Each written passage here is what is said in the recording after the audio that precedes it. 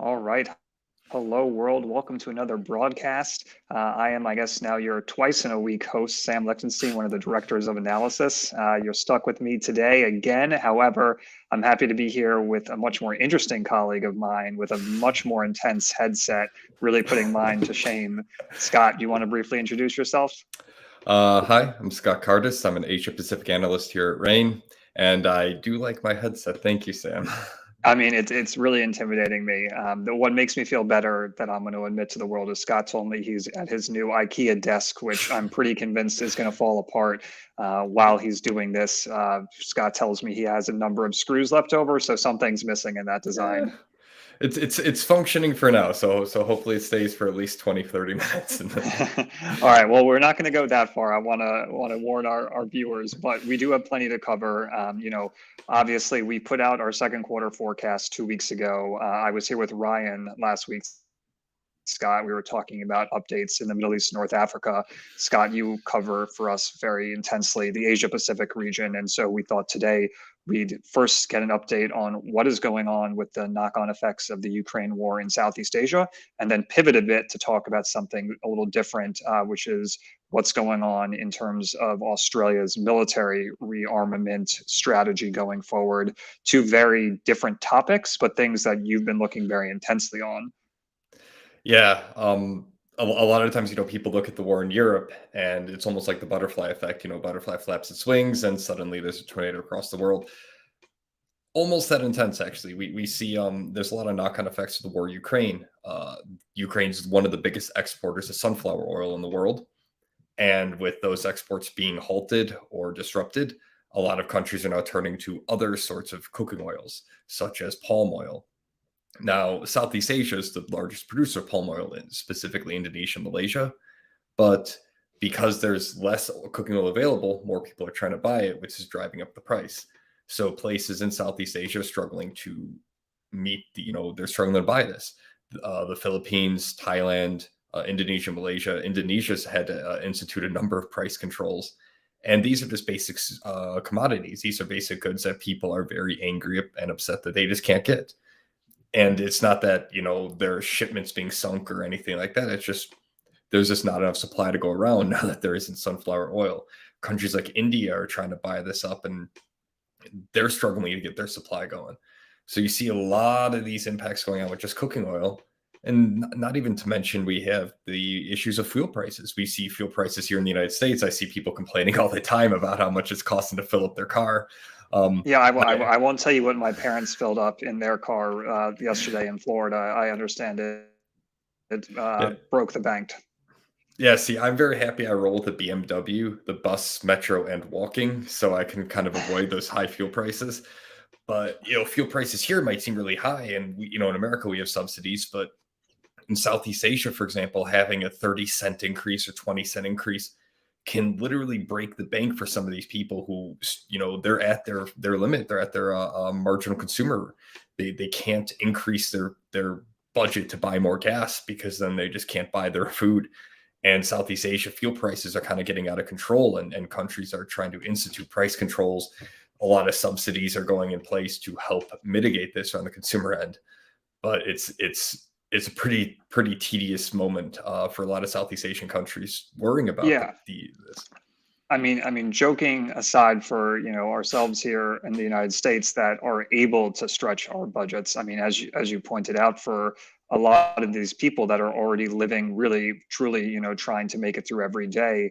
If you even increase some of these really just basic cooking oils, we're talking about literally a requirement just to live the basic food that all of a sudden is now in jeopardy. So I mean, have we started to see protests, unrest? I mean, what are there? There have to be some grassroots pressures growing, I imagine.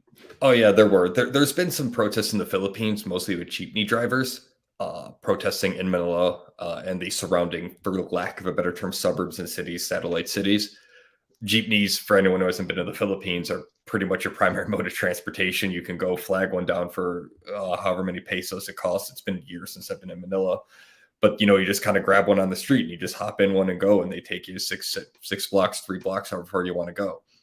And if their fuel prices are going up so much so that some of these guys have, you know, lost 50% of their income after their fuel, after their overhead costs, just because of fuel prices. And they can't survive on that.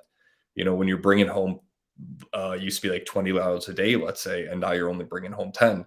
That's a pretty big cut. It's just imagine, your price, your paycheck in the United States being cut by 50%. So I can't imagine that. So it's being squeezing a lot of people. And I know the Indonesian government basically took, I don't know what, like 4 steps and then stepped back and then re-stepped forward, trying to figure out what on earth to do here. I mean, just bluntly, like, is there any near-term solution here, or is this basically just going to have to press through until we can get more supply?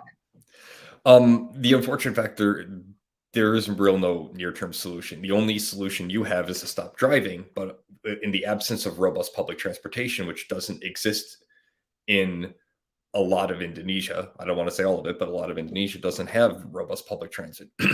So how else are people going to get to work? How else are people going to go to the store or just get around? And while we, again, like you kind of mentioned, we're kind of a little luxurious in the United States, work from home, we have a little more stable environment to do that. A lot of countries don't have that option. So, you have to go drive somewhere. You have to get out. You have to take the jeepney. You have to drive your car or vehicle or however you want to get. And that's just making it more and more difficult. Countries are trying to, subsidize fuels as best they could to help alleviate that. But in the short term, there really isn't a solution that I see, unfortunately. In the good news, if you're a very big environmentalist, this is kind of driving a big shift away from a reliance on oil and pushing green energy, which is becoming a big deal in Southeast Asia because people are very worried about climate change. And this is kind of showing governments and people, hey, maybe we should kind of get away from these cars and go into more electric vehicles or sustainable fuel sources.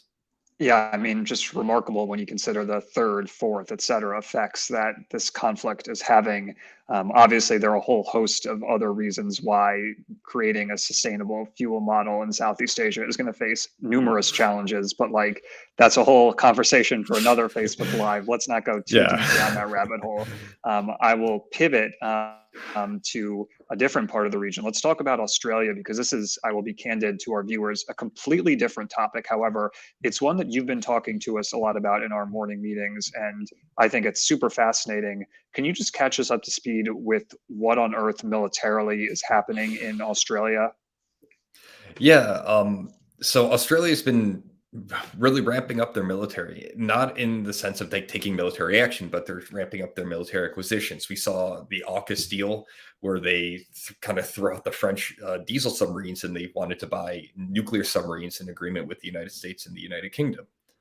And that is significantly expanding their naval capabilities or their tactical abilities to go further than just their more immediate Oceania, Southeast Asian region.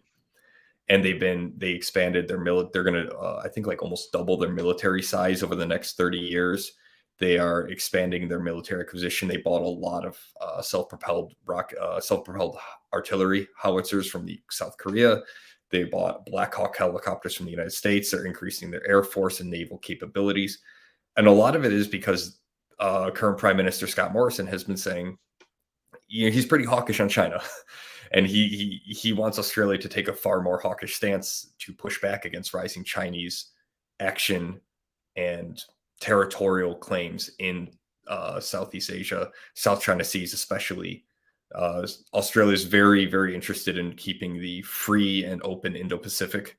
They're very worried about was it about a week ago, China signed the agreement with the Solomon Islands. Actually, it was like Monday or Tuesday, I think. Sorry, time's kind of blurred together for me in a lot of ways. But yeah, Australia's been just kind of modernizing, rapidly accelerating their modernization. They just announced the other day that they're going to move up the timetable and acquisition of missiles for their planes, air to surface missiles, and also missiles on their destroyers to kind of just give themselves longer reach, more tactical capabilities to kind of push their strategic defense goals. So, as you said, even in pushing up these timetables, they're obviously going to take years, if not decades, to do some of these things, in terms of nuclear acquisition, missile acquisition, et cetera. So what are we thinking is kind of the near-term outlook, particularly vis-a-vis China? Like, should I be worried that Australia and China are going to go to war tomorrow? That doesn't seem to be the case. So more realistically, then, what's kind of on the table? Well, I mean, yeah, we're not going to see Canberra and Beijing declaring war anytime soon. Neither side wants that.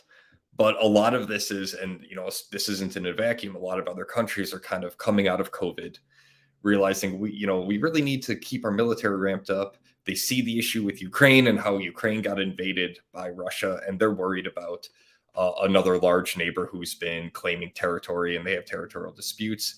We could expect to see more.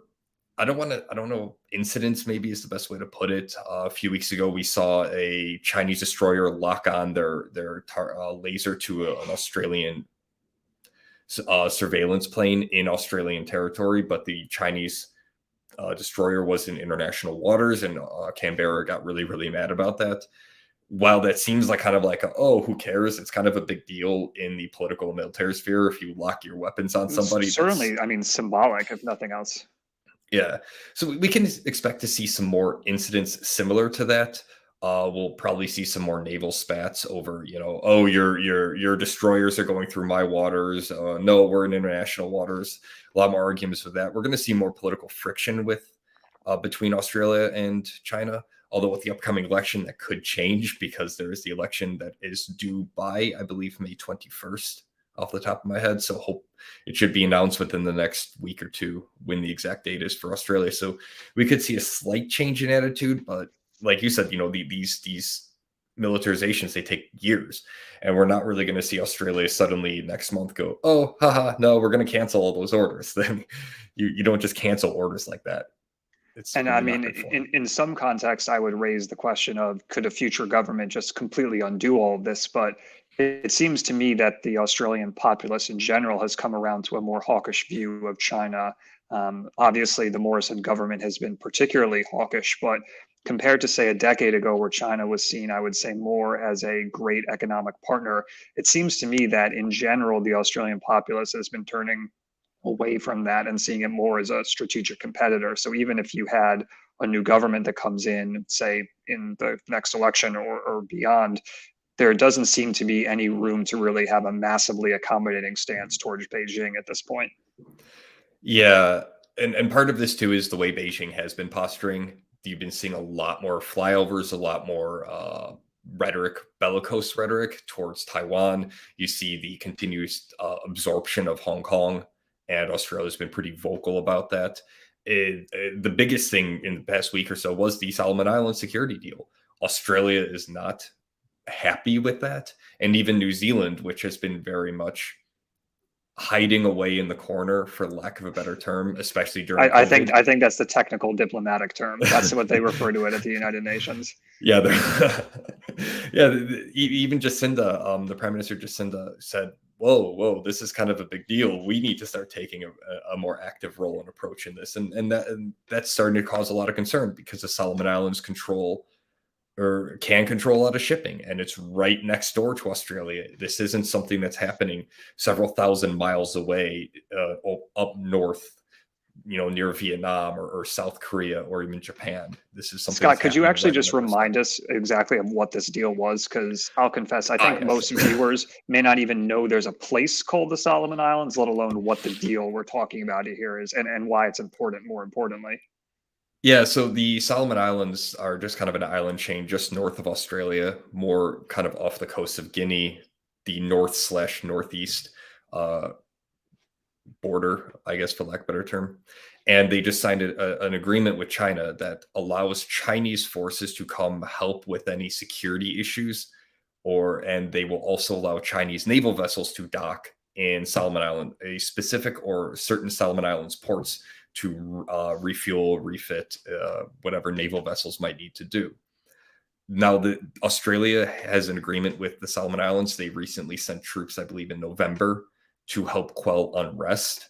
in there due to there was unrest over the voting and the changing of Solomon Islands recognizing Taiwan, and then they changed from recognizing Taiwan. Now they recognize China and Beijing, which is kind of a big deal because Taiwan's losing friends in the region. And this deal just kind of says now Chinese boats can dock, across the street from Australia and New Zealand, and that's concerning for a lot of ways. It's almost like if the Cuban Missile Crisis, not that extreme. There's no nuclear weapons there, but it's similar to how it's a Friday, Scott. I don't need that kind of stress in my life. Don't put that in the universe. Yeah, I don't need that either. But it is similar to the sense that America looked at Russia saying, "Whoa, you're putting stuff in Cuba. That's my backyard. That's across the street." That stresses me a lot. Similar, not as high, not as heightened tensions with, like I said, there's no nuclear weapons. There's no missiles to my knowledge being put there. But for Australia's security stance, having an unfriendly nation that has their navy that can dock real close to you is very concerning. Yeah, I mean, I'll be honest, this really just takes me back to childhood playing that great board game Battleship. Obviously, the stakes are slightly higher here than, beating my mom in this game, but I still think it's just fascinating how all these things are intertwined. I mean, the idea that Australia has some calculations vis-a-vis China based on Russian activities in Ukraine is just wild to see how all these things interact. And I know you and the rest of our Asia Pacific team, and of course, the whole analyst team are doing an incredible amount of work on this. So for those viewers that are interested, as always, you can visit us at worldview.stratfor.com to sign up for more of our analysis from individuals with great analytic minds like Scott and the rest of the team that's looking at all these issues across the globe. So again, come visit us, worldview.stratfor.com, and have a great rest of the weekend. Have a good weekend.